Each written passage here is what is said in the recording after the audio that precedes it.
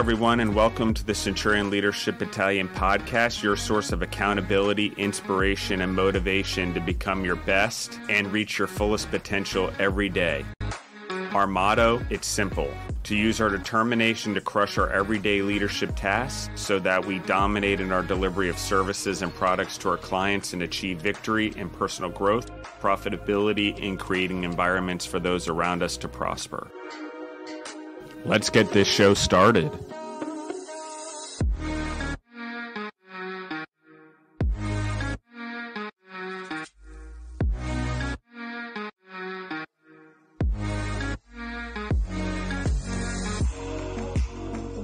Welcome back to the Centurion Leadership Battalion podcast. This is your host, Elena, and we are here with Justin.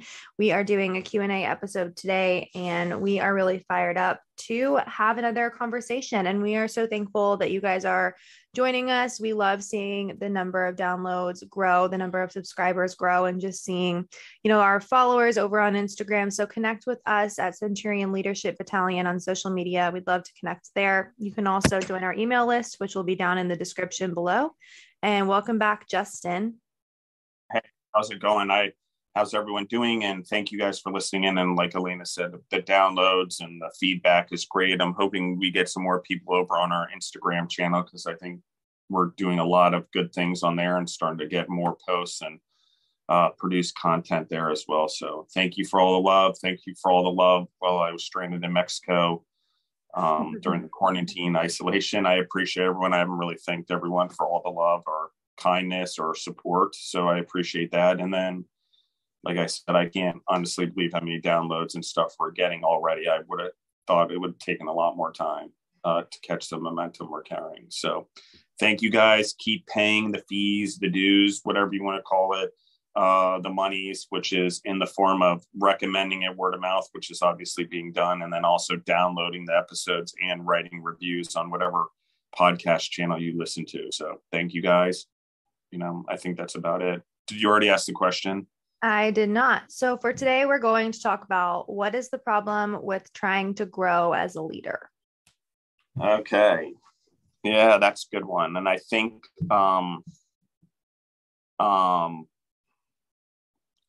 here's the problem, and I'm going to base it on a lot of questions we get, which is probably the most obvious one. And we've addressed it on a podcast about the haters. But the problem with growing is when you grow as a leader, or you start working on things like this podcast, or you start growing in your organization, the problems you're going to find is mostly human related. It's not going to be your bank account, obviously. It's not going to be your family life. And most likely is not going to be your romantic life. Because if you're leading, well, at first, your romantic life is going to get harder. Eventually, through pattern and showing discipline in the long term that you're changing, becoming a better leader, it will lead to better romance and attractiveness in your life, especially if you're doing things that to become physically a better leader and have a presence also. Like, it's just the way it is. Most people are going to get angry at me for saying that, but I can tell you, as a person that stays in shape and is fairly, good looking because of it, it's not that I'm good looking. It's just that I stay in shape and I'm 42 years old, and it's contradictory to 99% of males my age, but it makes me more attractive because of it. So it's just things we have to do. So as you grow, there's going to be jealousy there. You can see from my photos on Instagram, I've lost weight, gained weight, but now over the last 4 years, I have more consistency. So being consistent in my weight and being consistent in my things leads to growth. And while it attracts more people and more business and more things, I'm sorry, it's just the law of attractiveness works that way. We can't do anything about it. It's throughout nature, whatever it is. And this is what works for us as humans is that there's also the people that dislike you that once liked you. And there's the haters because you're changing and you're not who you were anymore and you're not comfortable for them. And as we talked about, and the hardest part about growth is learning to accept the new you, or more than anything is learning that the new you is a growth process to become a better you. And we often get so scared, or there's mistakes, that we cut off the new us too soon, because of all the negative feedback we're getting. So, the biggest problem with growth, one is you could have too big of an ego. I just don't find that possible, that if you're growing and you're breaking boundaries and you're trying to push, that your ego is not a part of the confidence you're gaining along the way through the hardship. And when people have over egos, I think there's a difference between having a blinded ego and an ego that's there based on confidence, that's based on from your experience, or as a musician, how many times you performed, or as an entrepreneur, how many years you've been in the game. And so there's things like that I think help. I also think experience and exposure matter a bit, and education. But when you're growing, the problem is you're going to be alone. So out of the nutshell of everything I said, even if you're in a good relationship, even if you have kids, like, the biggest problem with growth is the amount of time you spend alone, even in the presence of other people. Because one of the things with growing or being an entrepreneur or being a leader is you're often in a dark space of ideas and theories and plans that you're by yourself. And when you try to explain that because you're growing, or you're growing as a human into a new person, you don't exactly know where you're growing to. So for you, or you don't know where you're growing your business to.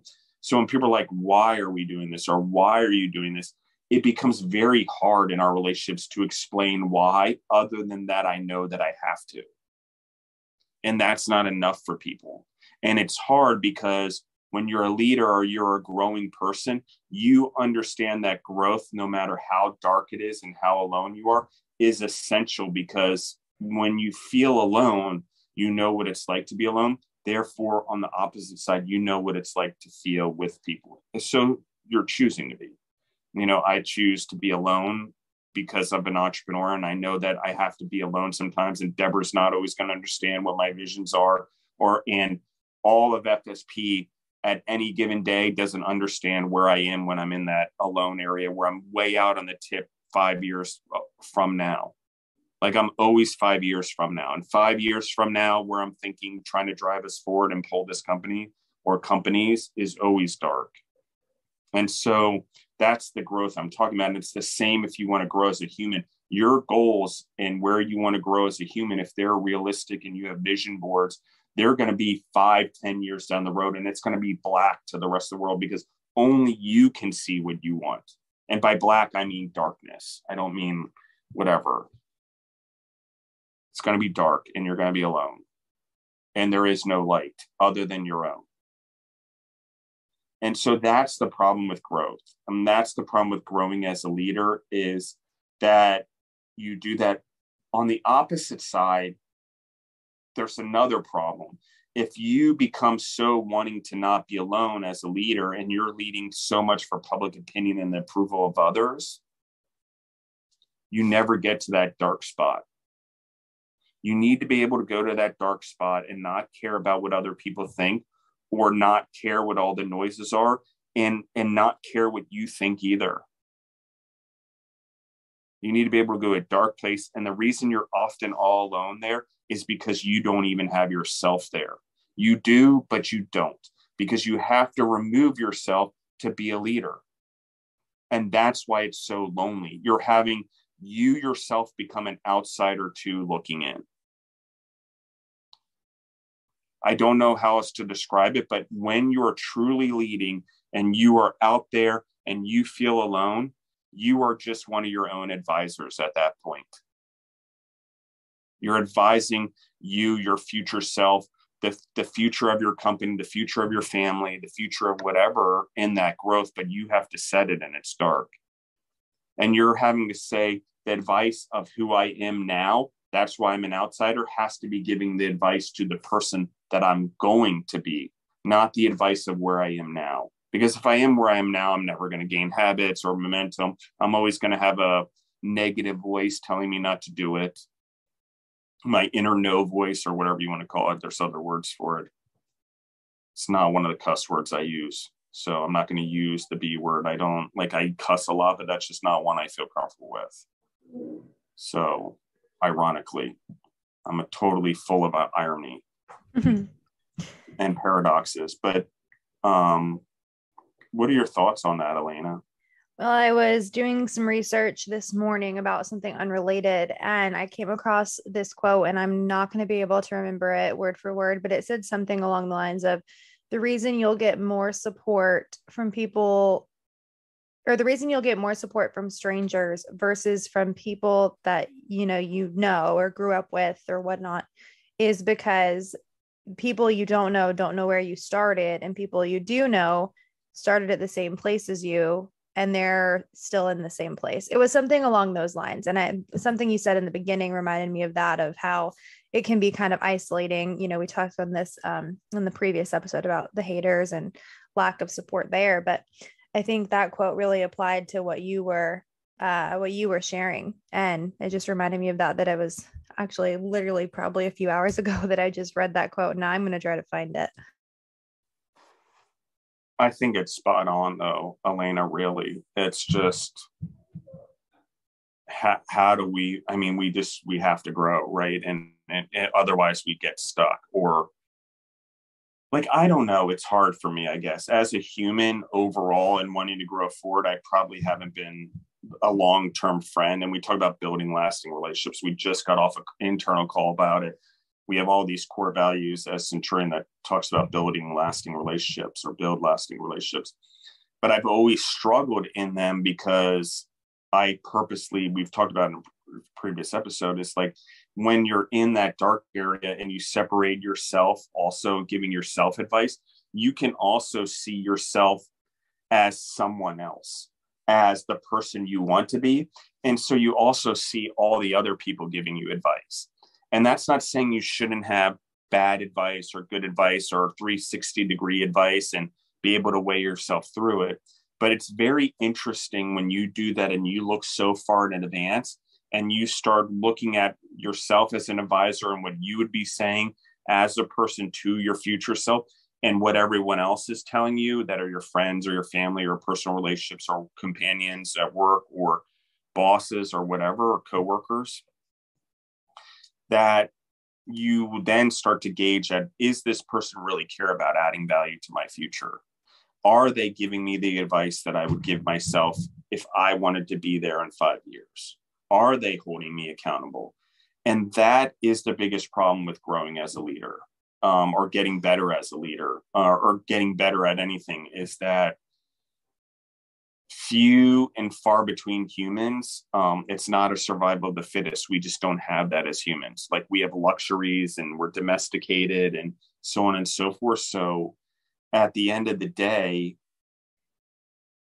we don't push ourselves and we don't get uncomfortable as much as we should to keep growing as humans. So the growers end up being high beamers or gleamers or superstars or sunshines or brightness in the day, because they're few and far between, but they're really not doing anything that any other human can do. Like, any human has the potential to be a beamer or a gleamer or a bright beam or a superstar, simply by taking the action to move forward and doing something more and growing. But like I said, the problem is we want to be accepted and we want to be part of the community and we want to be part of the village. So that aloneness that feels when you're growing, when you're also taking a step out of yourself to try to push your current self to be your future self that you want, that you're alone.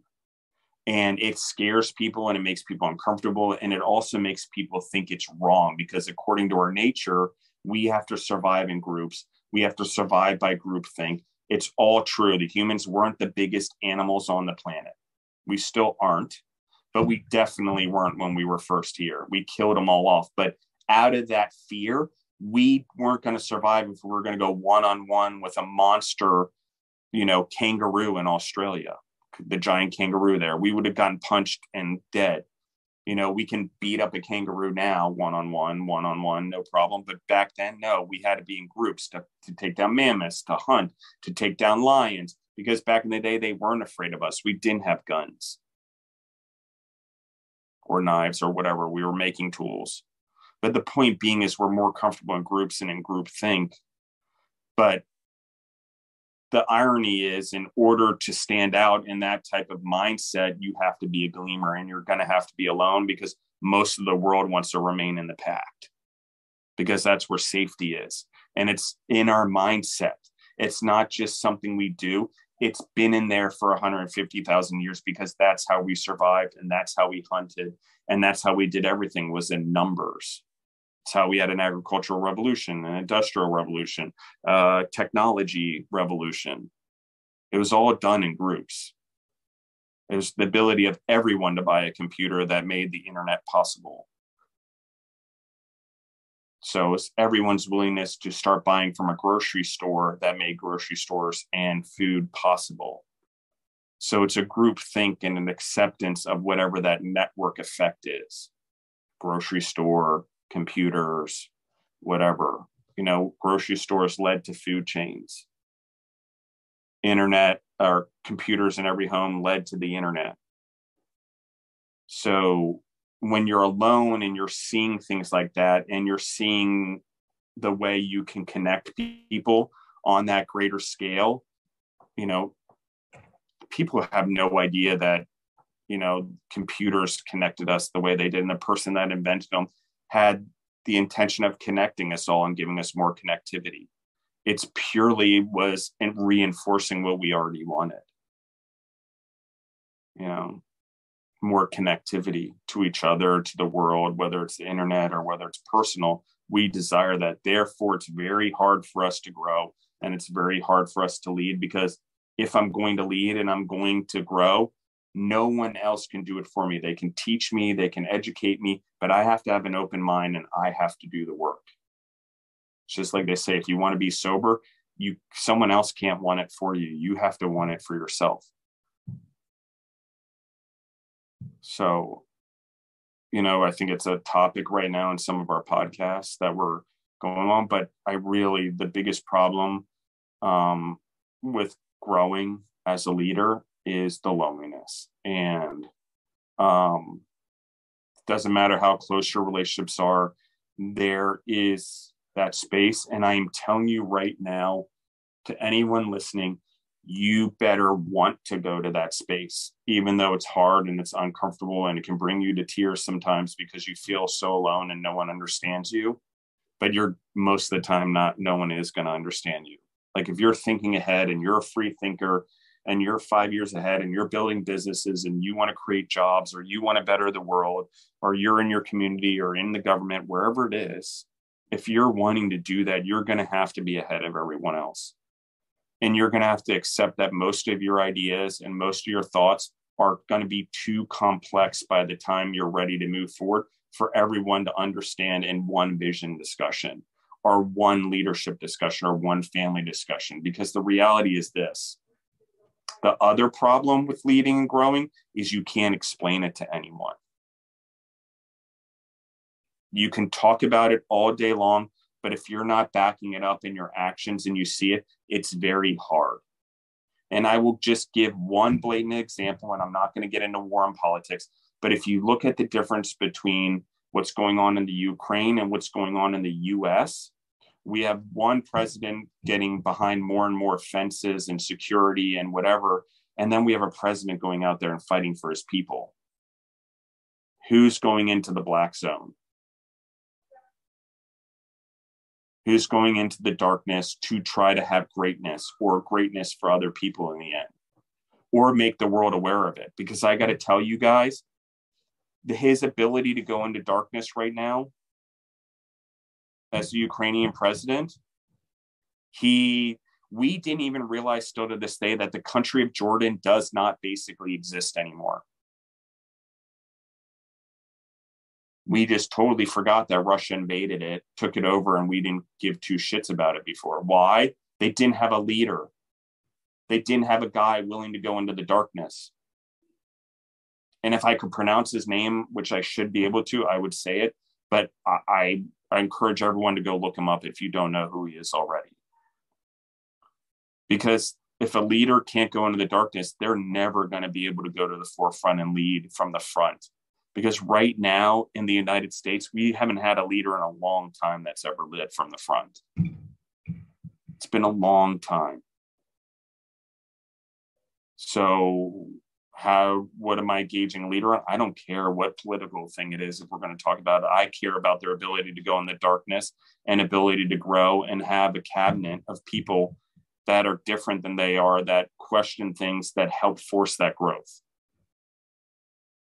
That would be my only concern, is can we eventually have leaders in the United States that are comfortable without public opinion, with getting a 360-degree review. That's not just internal to our country, that's also external to the other political views and cultures of the world. Considering the United States, whether we like it or not, we want to protect our way of life, but we do need more immigrants in this country to build our way of life. It is part of the way we are, and I get it. It changes things and things shift. That's the whole point, to grow. So, when we talk about being able to go into the darkness and we talk about Ukraine versus the United States, his mind is able to go to the darkness. He sees from his ability of an entertainer and a president and studying history that this is the time for a leader to stand up. Regardless of if his life is at risk or not, he took the presidency to stand up for his country and be the first person to do it. Because if you're going to be the top, you better be the first person to step up. But you can't do that without seeing the darkness 5 years down the road. And whether win, lose, or draw, dead or alive, he knows what the impact is. He's been to the darkness. He's thought about it, he's played it out, and he's gone there. I've never met him. I've never had this conversation. I'm making an assumption. But I'm pretty sure he's thought about it and he knows. And he's always thought about what if this happens based on their relationships with Russia. And strategically, he knows when it's showtime as a leader. He's been there in his head in the black area, the darkness. So if we want to talk about how important it is, and to Elena's quote point, is you never know what you're capable of unless you live there. And did I ever think I was capable of running a multi-million-dollar business that does hundreds of $1,000,000 in some years worth of food? No. Right. But I had a black area in my head growing up that I was going to be an entrepreneur and I was going to make a difference in the world and I was going to make money and I was going to have a happy family and a home. And everything in my life has been towards that, even if it meant I had to blow up my life and start over again. So I don't know how to tell you, but that black area, getting used to that alone, it helps you get out of relationships that you shouldn't be in. So here's the problem. You grow as a leader, you're alone, but you also get used to being alone. And in that aloneness, it doesn't mean your personal relationships suffer. However, you get rid of the relationships that aren't adding value. So the problem with it is you start to rethink your whole life. The problem is you're going to reassess yourself and everyone's going to tell you that you changed. And it happens to me often. I grow sometimes at a very rapid rate, and being stuck in Mexico for 3 weeks and Deborah isolated and quarantine and while we were in a resort, it opened up my mind to a lot of things and opened up my mind even further to where I was, because I allow my mind to be in that dark area all the time. What can I do with this? How can I help? What is it that I could say? Am I going to be vulnerable? Is people going to hate me for what I say? Probably. Most likely, 100% guaranteed. But I know from being in that black area that it's better to be uncomfortable in that darkness than to be uncomfortable with not doing anything or feeling poor or not having enough food on the table or, trying not to have something better. If we don't strive for something better, what's the point? But I guess we all have our high school friends still and our college friends still that we hang out with, and the same group of people from in our town or our neighborhood. And yet we want more wealth, or we want more growth, or why isn't life treating me better, or why don't I exercise more? Well, you haven't changed your influence. You first have to learn to be alone to then be able to understand what messages you should be hearing from what advisors based on where you want to go. And it doesn't mean criticism doesn't help you grow. It's just who's doing it for you to grow and who's doing it to be a hater, as we talked about. And so we're sort of tying a bunch of episodes together, but I went on way too long, and Elena needs to go and we need to move on and I need to go. I just want everyone to really think about, is the suffering in that dark space and that uncomfortability worse than being in a relationship or in a business or in a partnership with someone or something or some business that you don't like and you suffer for the rest of your life? I think the answer, at least for me, is I choose uncomfortability versus having to live in uncomfortability. Like, so I'm choosing it, therefore I know it's a part of my life versus living in it, which means I have to deal with it. So, you know, I don't know, but your thoughts, Elena, as we wrap it up. I know you have something else you need to get working on, and I apologize. Elena's great, guys. Just so anyone knows, she puts up with my shit and my changing of schedule, and she's like my audible. Anytime I have a thing go wrong at work, Elena allows audibles and works with me and all of that. So when we're talking about in the dark space, you know, in that place, like Elena plays a part in my advisory crew. I've known Elena for 3 years. She started off as a 22-year-old college student, and she's one of my advisors at this point. It can be anyone of any age. Why? She's dependable. She holds me accountable to the podcast, and she knows that I go to a dark area and I have these creative, wild ideas, and she works with me on them. And even if she disagrees or whatever, we're able to talk about them because we both are also in a dark area also. So weirdly, because we both, in my opinion, and Elena can speak for herself, are in that dark place and know what it's like, we can communicate with each other on a way that we understand the loneliness. We understand the scariness of being out in the forefront and doing social media or doing things that no one else has done and how scary that can be. So we can have vulnerable, authentic conversations because we know what that aloneness is like.